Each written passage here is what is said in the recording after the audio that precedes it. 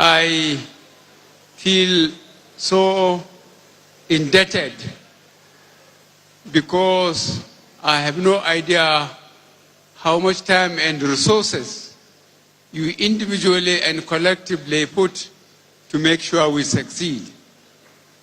I thank you very much indeed. Please, I assure you that I will not disappoint you. Our objectives are the same.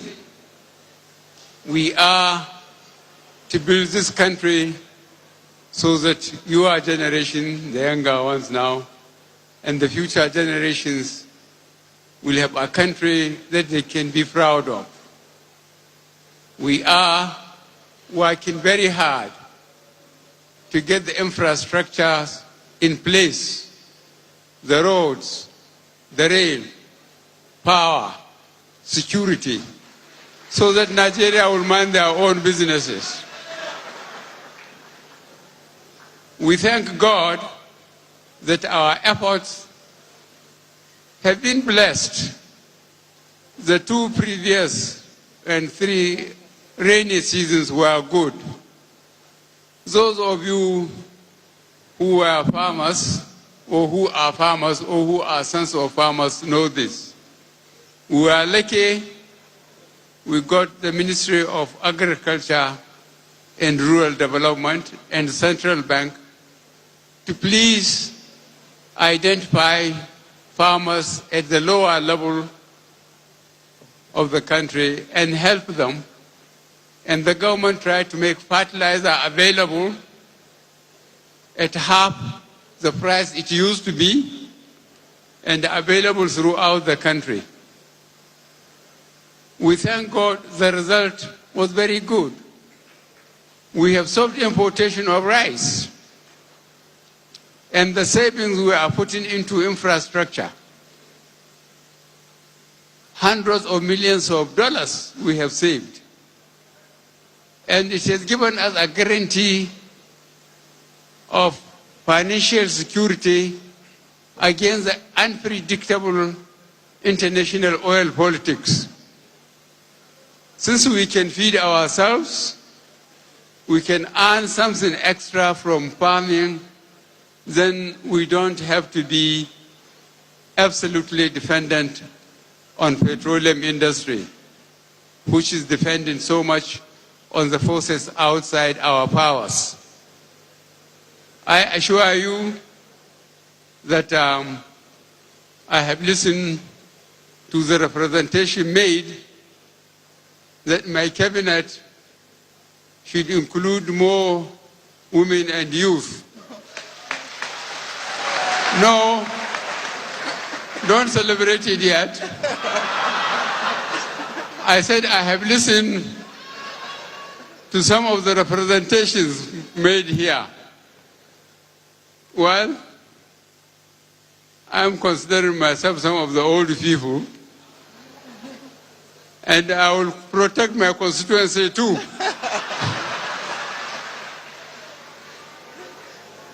But I will assure you that I will continue to have a team of people of integrity that really are concerned with Nigeria and Nigerians. Please continue to bear with us. We have a very short time in terms of the damage done to the country. I have tried to educate people the condition we found ourselves when we came in 2015. My short experience in the petroleum industry for 3¼ years gave me an idea about the economics of Nigeria, and I never let go. Between 1999 and 2014, I said the average production was 2.1 million barrels a day. At the average cost of $100 per barrel. It went up to 143. So Nigeria was earning for the PDP precedence over Nigeria between 1999 and 2014, 2.1 million times 100 times 16 years. You do that arithmetic. You know the condition of the roads more than I do. You know the condition of the rain. You know the condition of power. Some of the roads from here, Abuja to Onitsha, from here to Port Harcourt and back, were done since during PTF days. And you know the condition now. Such massive irresponsibility in West, only God can help Nigerians to recover from it. Because what we are getting now and rearranging our priorities is not easy. We thank God we have got the opportunity to serve again for additional 4 years. And Nigerians will know the difference.